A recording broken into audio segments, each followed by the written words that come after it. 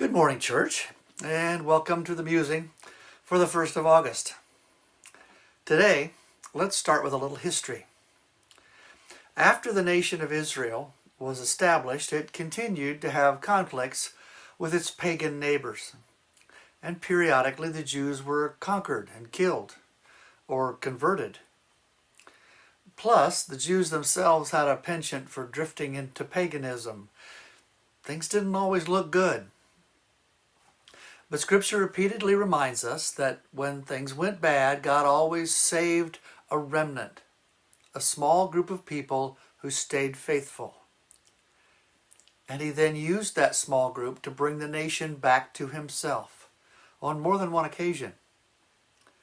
Flash forward. In the year 476 AD, barbarians finished off the Roman Empire in Europe. The Roman Empire was officially Christian. The barbarians, well, they were officially not. So for about 100 years, Europe reverted to paganism. But there was part of Europe that Rome never conquered, the island of Ireland. Conquering Ireland was considered too difficult to be worthwhile for the Romans, but not for the church. Ireland became part of Christendom, even though it was not part of the Roman Empire.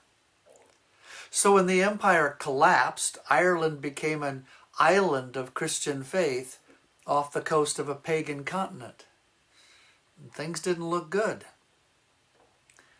Then in the 6th century, missionaries from that little island began to reintroduce Christian faith to the pagan tribes of Europe, and over time, Europe became Christian again. God had used His remnant to reestablish His people. Flash forward again.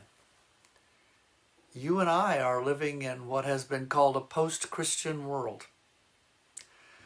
Church attendance keeps declining.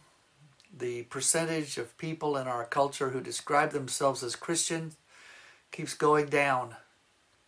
Christian values are ignored or mocked. Our beliefs are no longer fashionable. In fact, as I was finishing the writing of this musing, I saw on television a reference to a new book, Pagan America, The Decline of Christianity and the Dark Age to Come. Pretty pessimistic title, but things don't look all that good. God isn't worried, and we shouldn't be either. It is important for each of us to understand that even though it seems to be getting darker, we serve the light of the world. And the Apostle John said, "The light shines in the darkness, and the darkness has not overcome it."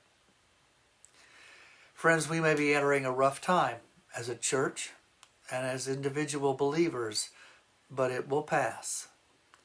And in the meantime, it is an honor and a privilege to be part of God's remnant.